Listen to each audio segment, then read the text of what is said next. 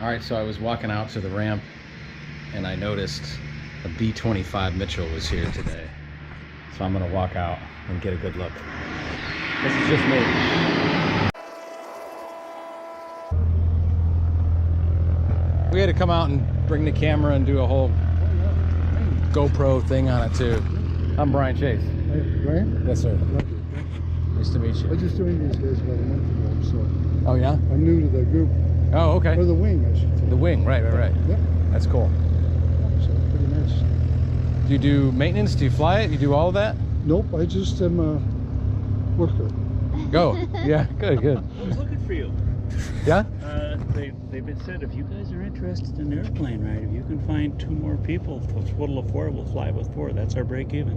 I know. I got to send a couple emails. We thought maybe we'd bring our son with too. Sure, He's in school. you bet. Yeah, it's $450 a head. Yeah. And said, but at 4 riders, we break even. We don't make money, but we don't lose any. So if you want to do that, Okay. let me give you a contact number. Okay. Yeah. Put it in my phone. That's right. Yeah. Well, cool. There's oil under it, so there's oil in it. Yes, I exactly. assume. You know round engines. Yes. That's what we just got done doing. Good. Well, your hands were very soft. I thought that was maybe Well, it's 'cause I don't work for a moisturizer. living. That's You know, right. a lot of people don't know the benefits of 120 weight oil. You know, Is that what it is? 120? It's a W120, I think, is what it is. Okay.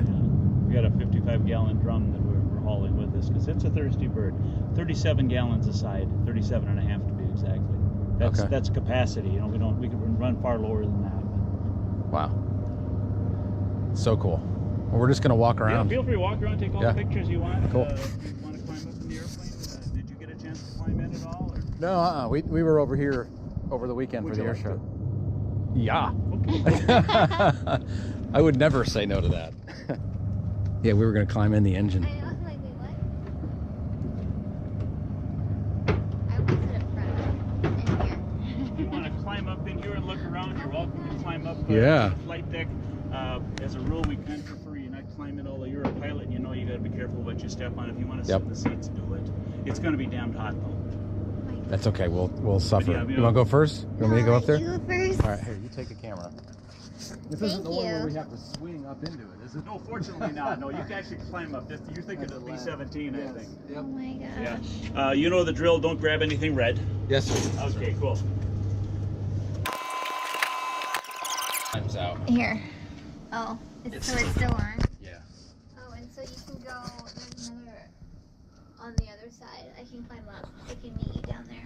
Oh, really? I think. Oh, so they're different compartments then. I see. A little more roomy in the back. When you climb up, you can see a seat. You'll see a seat on the Oh my God, that's so cool.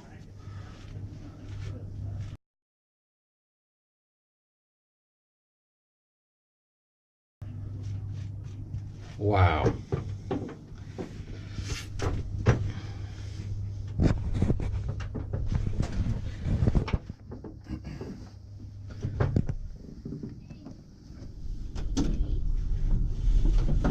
I always tell people that are getting in there, you just time travel into 1941. You know? This is just amazing. So cool. And as you know, you being a pilot, you know that those square instruments up there don't belong there. Yeah. They didn't have many satellites in 41. No, they didn't. Even a lot of the round ones are a little non-generational, Oh, but yeah, that's what you got to do. You bet.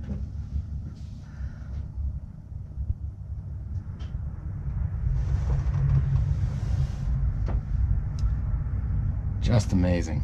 Yeah, we think so too. You know, it's a labor of love to work on it, travel with it. I still get. I've been with the CAF for 18 years, and I still get goosebumps when it takes off. You know, Oh, or lands for that matter. yeah.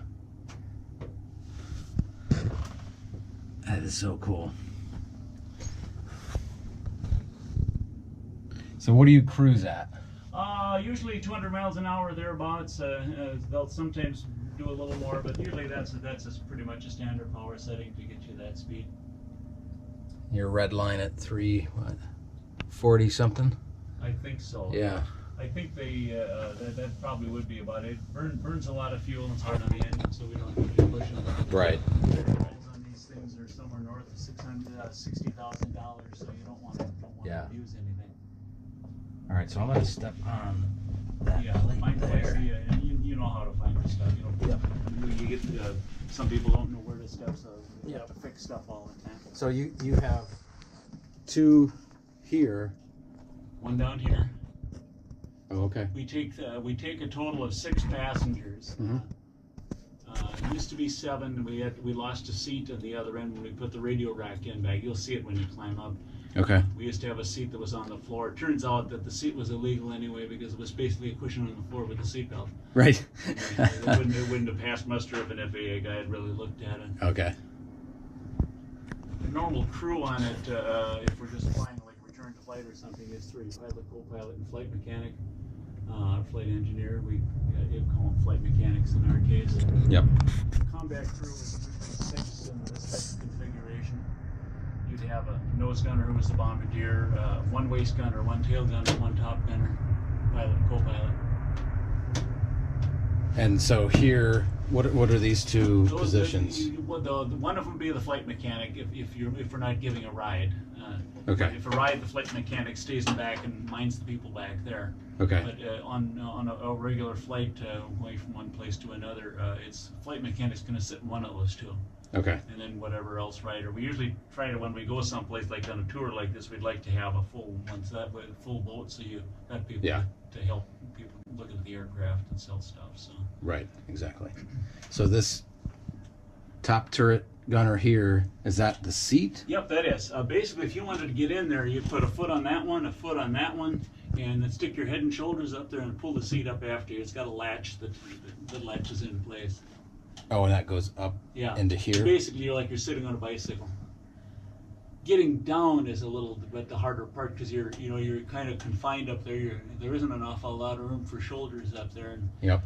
I got up there one time, but I didn't know how to get. It took me a while to figure out how to get the damn latch loose. Get sunburned while you're up there too. Yeah. Oh yeah. But it's quite the deal. The turret actually works. It'll stay as close as those guns are. You'd be bashing into each other constantly trying to follow a plane. So you basically go to whichever side the threat was the greatest, and that would be that.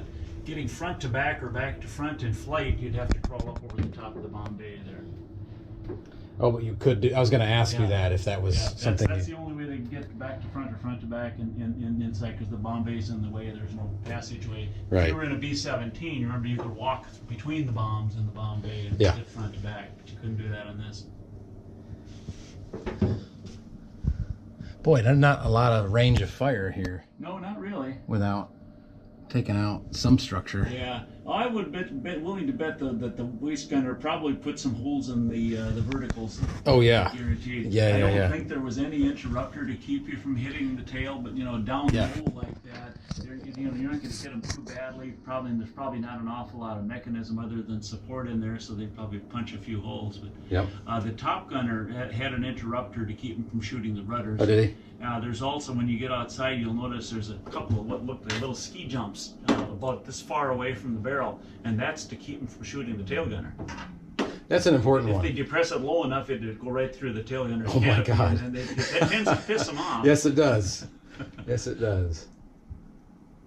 So cool. I mean, it's in fantastic shape. Well, I tell you, it represents a lot of work. We got it from a doctor from Wisconsin who decided he didn't want it anymore, the cost of everything. It was in reasonably rough shape when we got it. They spent, I think, about 6 months getting it ferryable. Okay. And then it came back, when it got back to Minnesota, or got to Minnesota, they spent 12 years restoring it. It was not quite to this specification now. There was no top turret. There were a number of other things that weren't there. But we've been adding to it. That radio rack is a recent addition that wasn't there 2 years ago. Okay. eBay is an amazing thing. You can find on almost anything on eBay. No. Yeah, what a surprise. That? Yes. Wow. It was on eBay, yeah. Oh my gosh. And That's some amazing. of it they fabricated, I think, too, but we've got some very talented people. You might wonder what those are. Those are to help the bombardier know what the lower level winds are doing. You obviously, you don't necessarily guarantee winds on the ground are going to be going the same way they're halfway up. So these are smoke bombs, so you drop them, then you find out which way the trail went. Oh, really? Adjust his bomb aiming to match that. Oh, okay. Those, I think, also came off of eBay. Like you say, it's an amazing thing. You can find. That's cool. Whatever you want to spend. I need to get some of those for the office. You certainly may. Yeah. Find your way along here. And Yep. feel free to sit in the seat. All right.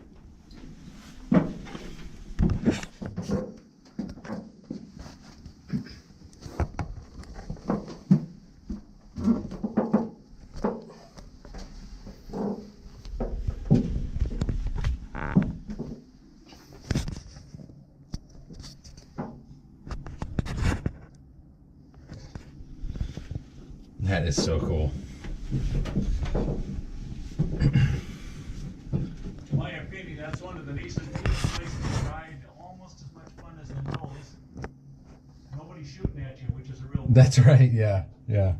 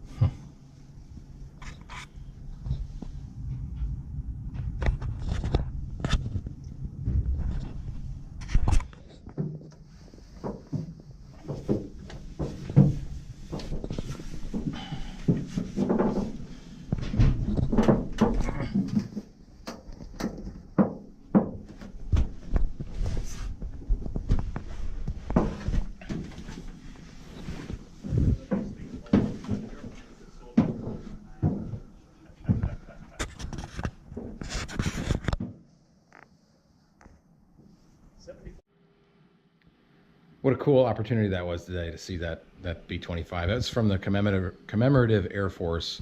They're down out of Minnesota visiting Charleston for the Air and Space Expo. Yesterday they're on static display, and they were today at over at Atlantic Aviation at our place doing tours. Couldn't go up. I didn't have enough time. Really wanted to though, and we're hoping to be able to work with them a little bit, and maybe next year be able to schedule this a little bit ahead of time so that we can get some more people. But I'd strongly encourage anybody who's interested in aviation to, I know it's a lot of money to go shelling out $450 for a half-hour flight, but once in a lifetime opportunity, and truly these opportunities are going to be going away. These airplanes were built back in the 1940s, and it's amazing that they're still flying today, and the amount of effort and time that goes, and money that goes into maintaining them is astounding.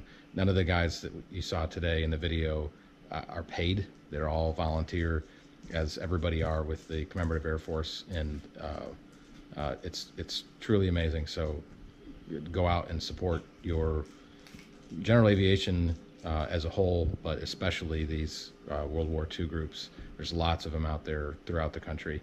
And thanks to all in the Minnesota wing of the Commemorative Air Force for their time today, and for letting us go out to the airplane, take a look at it. Hopefully didn't get too much drool on it. I was certainly in heaven, and just brought chills going up into that cockpit and seeing what so many brave men flew in during combat.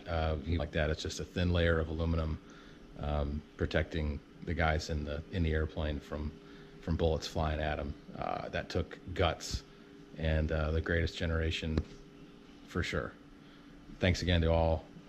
This is Brian Chase, Chase Aviation Company, signing off.